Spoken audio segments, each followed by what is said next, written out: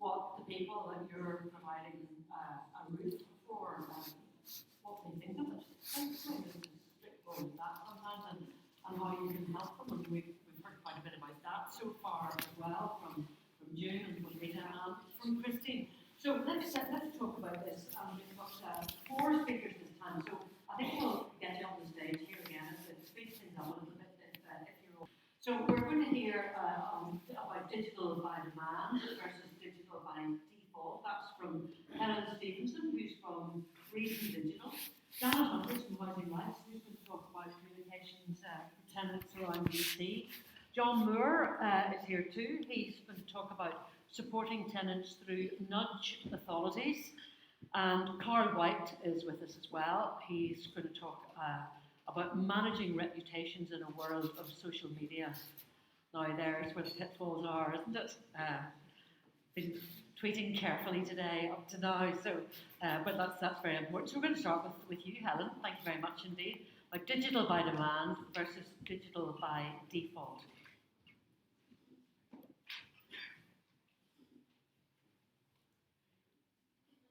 Good afternoon. My name is Helen Stevenson and I'm a partner at Manchester-based social enterprise Reason Digital. So we exist to make digital do good. So that means that we predominantly work with organisations that have a social value. That's mostly charities, but also includes universities and of course housing associations. As you can probably tell, I'm originally from here, so I hope I haven't lost my accent too much. After being in Manchester for 8 years and my work taking me across the UK, I'm incredibly happy to be at home and to be able to give this talk.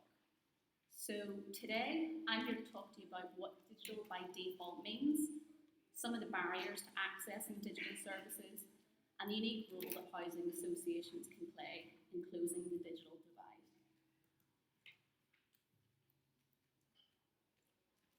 So, digital by default, this room are aware of this phrase. It's been kicking around since 2013 when the government launched their digital strategy. At its core, it means creating digital services that are so straightforward and easy to use that all those who can choose them will, and those who can't won't be excluded. Moving from offline to digital channels offered huge savings potentials in the early days of austerity. How does this differ from digital by demand? Well, digital by demand just means digitising the way that you already do things, either the current ways that you run your organisation or interact with your tenants. It doesn't allow you to reimagine new ways or levels of engagement to get close to your user. So digital is all about being user-centric. Digital by default takes the user need and designs, whilst digital by demand only replicates services which can be characteristic of your organisation's siloed ways of working. So why should you pursue a strategy of digital by default when we know that those who live in social housing are probably likely to be older, maybe economically inactive and less likely to be online? Well, by 2025, the majority of the population is going to be made up of 2 groups. The first one is digital converts, so that's probably all of us in this room today. We didn't grow up with digital, but we've made the move either through being exposed through work or education. We still remember the days of dial-up internet when somebody downstairs made a phone call and kicked you off. The other group is digital natives. These are the people born after about 1995 and they've grown up with digital. They don't know anything else. Through their interaction with companies such as Amazon, Netflix, and even Uber that provide a near on-demand service, they have massive expectations about how they'll interact with you. So, what are the benefits of digital services? Well, for those users who can use digital, they don't really see it as a benefit to be able to interact with you online. They expect it. I'm working with the Housing Association in Yorkshire at the minute, and they're at the start of their digital transformation journey. Consultation with tenants, so the feedback we have received that having to ring up Monday to Friday, 9 to 5 to find out their rent balance doesn't work for them or the lives that they live. Digital provides a far better user experience than traditional channels by letting users interact where and when is convenient for them. For your organisation, digital, if done right, can unlock huge savings potentials. This includes demand savings through channel shifts, so moving users offline, and also supply savings. So actually when that demand does come into your organisation, you deal with it in a much more efficient way. It also allows you to massively expand the reach of your services at a much lower cost to serve. However, there still exists for many people barriers to digital, leading to digital exclusion. The four main barriers are access, skills, motivation, and trust. So access refers to the devices that we use to get online. Many people in here today have got laptops, iPads, mobiles, but it also refers to connectivity too. For some, it's the prohibitive cost of this technology that means that they can't get online. For others, maybe living in rural areas, their broadband just isn't up to scratch. Skills. So the next thing is around digital skills. To be able to confidently navigate online, there are 5 key digital skills that are needed. So that's about managing your information online, being able to communicate via email, transacting, so being able to fill in a form or buy things, problem solving, going onto YouTube when you have no idea why your tap's leaking, and creating. So for example, creating a CV and uploading it. At the minute, in the UK, about 23% of all people lack the 5 basic digital skills. Trust. There's a fear of crime online, and rightly so. My parents still don't like to use their credit card or their debit card on Amazon. They don't trust it. And the behaviour of internet companies such as Facebook and Cambridge Analytica feeds into wider issues around trust. The last one and the most difficult to overcome is motivation. People simply don't see the benefits that the internet could bring. Over a quarter of 60s aren't online, with 84% of them saying that nothing could motivate them to do so. So these are the barriers for your users, but there's also massive barriers for your organisation in providing digital services. Although we talked about cost savings, there's a massive initial outlay of investment in order to buy these things, and it can take a few years to really get the savings back. Also, you might actually lack the skills in your organisation to manage digital solutions and really get the benefits. So, a bit of a scary stat, 3.1 million people in the UK have 0 digital skills. They aren't able to do any of the things I've just mentioned. With 63% of them being social housing tenants. So despite the transformative impact of technology on society, many people in the UK remain digitally excluded. That is, they aren't able to access the benefits of living in the digital age. So why does this matter? Well, digital inclusion is a social issue. Those who are digitally excluded are more likely to be older, disabled, unemployed, or live in social housing. This can have huge negative impacts on a person's life, leading to poorer health outcomes, lower life expectancy, increased loneliness and isolation, and less access to jobs and education. It can mean paying more for essential items and increased risk of falling into poverty. And we've seen something we've liked, only we decide to not buy it and see if we can buy it and get it online for cheaper. That's out of reach for those who are digitally excluded. But it's not all doom and gloom. Housing associations have a tremendous opportunity to empower people and transform lives. So there's been a number of initiatives around the UK to help close the digital divide. The key theme that runs through all the examples that I'm about to present here is partnership. That's either with the private sector, the community or voluntary sector, or other public sector bodies. For those of you in the room considering digital inclusion, the good news is that to succeed, you don't have to do this alone. I'm going to present you 3 examples. So the first one is Halton Housing Trust in Cheshire in the northwest, so my patch of the world. They launched their digital by default strategy in 2014, in part to prepare for the rollout of universal credit. As part of their consultation, they found that 1,200 of their residents didn't have access to the internet through an internet connection. So they partnered with O2 in order to provide their residents with tablet computers and broadband, helping them to overcome the access barrier. Cobalt Housing Group in Liverpool took a slightly different approach. They set up a number of community hubs where residents can access computers and have free training on how to use them. However, in this scenario, they found out that showing that they couldn't overcome the motivation barrier. Probably in a more modern day analogy, you can lead a horse to a computer, but you can't make it log on. Gateway Housing Association, which is in East London, they set up an IT training suite called the Zone. They provided training on online shopping, sending emails, but also how to use how to claim universal credit. They launched an 11-week training program and worked with an organisation called BetterPoint to incentivise attendance. Residents who attended the workshops received points that they could then redeem in the form of gift cards. So we all know that digital is the future, which means that everyone in this room has a moral imperative to work together to drive real change and build an inclusive digital society for all. Investing in digital inclusion doesn't just make for a good business case. What's more important is the social case. Working together, we can close the digital divide. Thank you.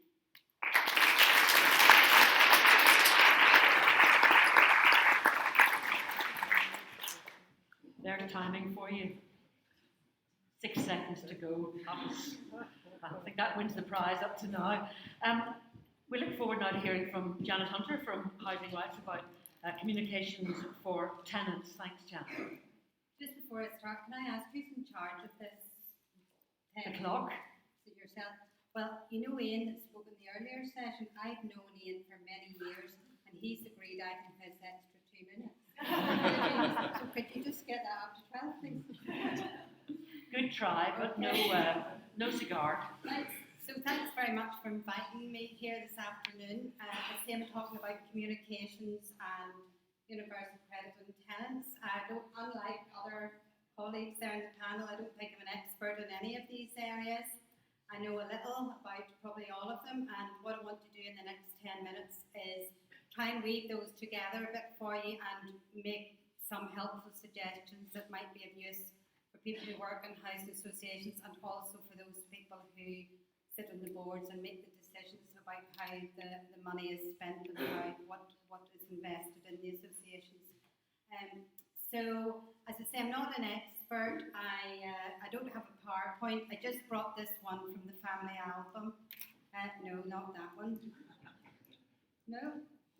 No, I didn't bring anything from the family album. Well, there you are. Well, that's unfortunate because I thought I had. Anyway, it was a quote from George Bernard Shaw, and it said, "The greatest problem with communication is the illusion that it has taken place." And so that's kind of the theme I'm going to try and carry through over the next few minutes. So before I really start, I wanted to think about why does this matter? I mean, universal credit is a social security benefit. What is it doing taking up space on the agenda at a housing conference? I see you've had a number of people speaking about welfare reform earlier this morning, and Eileen probably has maybe already covered this. But if not, welfare reform is a massive change programme which has been getting rolled out since 2010, and it fundamentally changes the way financial assistance is paid to people who are on low incomes. Universal credit is the most recent in those changes, and what it does is it introduces one single benefit for working age claimants, and it replaces 6 legacy benefits. One of these is housing benefit. Probably 2 out of every 3 of your tenants rely on housing benefit to help them pay their rent. And my understanding is that you as housing associations rely on them paying their rent for you to be able to deliver your services. So the connection is very clear. In short, if it creates problems for your tenants, it's going to create problems for you as landlords. The impact which universal credit has had to date is it's very difficult to actually assess accurately. There have been a number of attempts to do that. The reason is welfare reform has been brought in a number of phases. The timetabling is different. There's different mitigation arrangements in place in the different countries in the UK. So it's actually very difficult to isolate which impacts are related to which aspects of the changes. But what I can tell you from having had a look at the detail of universal credit is that it is unlikely to be favourable for very many people. It's likely to cause problems. It's complex. It's conditionality based. There's a range of sanctions. It's got rigid assessment periods. So the likelihood is that it will create problems going forward. As I say, it's very early days. What I want to maybe mention to you is some of the, and with that caveat, it is early days. I mean, we've only had this being rolled out to new claimants for about a year now, so there's not a sizable number of people who have made the transition. But just to share with you some of the issues that are emerging through our housing helpline, we operate in housing rights. And actually, when I had a look at these, interestingly, they can largely be traced back to issues of communication. And probably one of the most notable ones is what you've just been speaking about, Helen, is the fact that this is digital by default. People are required to do this process online. And we've had a number of people contacting us who simply can't manage that. So for them, that is a real barrier. We know, and we've alluded to this, that the people who are most digitally excluded are social tenants, low-income social tenants. So this is no real surprise. What's maybe more of a surprise to us is the lack of knowledge that's out there from people who contact us, and actually the lack of awareness that there even is a welfare reform change programme. It's incredulous. It'd be like not knowing there's Brexit to me. You know, I just can't believe people don't know there's a welfare reform programme. They don't know about universal credit. They certainly don't understand it. They don't know the detail. Now that's not because they haven't been told. There's been letters, there's been leaflets, there's been awareness sessions, but it goes back to that quote that you haven't been able to see. It hasn't taken place. It hasn't gone in. So it's not about people not having been told, but the message just hasn't got across. The other thing that's worth pointing out is that it's complex. So even between the different agencies involved, communication can be a problem. And the outworkings of all of these is delayed assessments, delayed payments, and rent arrears accruing, which clearly is a problem for both the tenants and for yourselves. So what could you as housing associations do to build on the communication that's already taken place and to make things better? How could you approach that? Well, I'm sorry, but I've just got to tell you, I don't think there's anything else you can do but do this in a personalised manner. I really believe you've got to proactively identify the people who are going to be affected amongst your tenants, and you've got to make face-to-face contact with them. I don't think there's any shortcut, and I'm sorry if that's old-fashioned, that's what I believe. The timing, so when you speak to them, is also critically important. The other thing we know is giving people lots of information in advance doesn't work. You've got to time it whenever it's real for them. My understanding is now in the housing associations you have the landlord portal up and running so that you would know when people, I'm looking at Eileen. Yesterday. Oh, there you go. Well, I think that's going to be really important for you because that's your trigger. You know, here's somebody who's now engaged actively in this universal credit process, and I would be saying to you, you need to get out there and you need to engage with them. So how you do it and when you do it are very, very important. What you do when you make that engagement is also critical. And universal credit can feel like a big black cloud. I think it's also an opportunity for you as organisations with a social purpose to work better with your tenants and to provide them with more support. So I just say one thing, think carrot, not stick. A computer-generated letter telling them they're 6 weeks in arrears is not going to do it. It's not going to encourage them to engage. They need additional help, they need additional support, and I think your role and your message is not to necessarily give it to them, but certainly to be aware of how they can get it. And again, thinking of Helen's organisation, there's lots of specialist support agencies out there to help people. So I think your role as associations, by all means, do it yourselves if you have the resources, but at least know the answers and know where your tenants can find the answers and help them to find that. It might be about bank accounts, it might be about the complex benefit they're applying, it might be about additional financial help they need because they have had an unexpected circumstance, it might be about finding a job, it might even be about mental health. It could be any of those issues, and I think your job is to be able to connect people to those services that they need.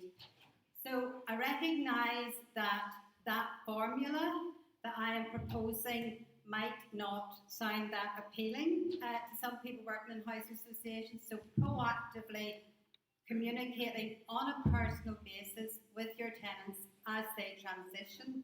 It's going to be costly, it's resource intensive. But if you go back to the beginning, it's important for the tenants and it's important for you. And the outcome we all want from this is that the communication doesn't just appear to have happened, but has actually taken place. So I think that, in housing rights we always say prevention is better than cure. Prevention is not only better than cure. Prevention is inevitably cheaper than cure. So I think that's one maybe for the boards to think about. And finally, I think in closing, what I'd like to say is look at it, try and look at it as an opportunity. This is an example of an occasion whenever your business brain and your social conscience can actually work as one. I know I've probably shot myself a bit in the foot because I've clearly told you I'm not an expert, but I would like you to trust me in this. Getting the how, when and what of this is definitely an investment that will be worth making. Thanks very much.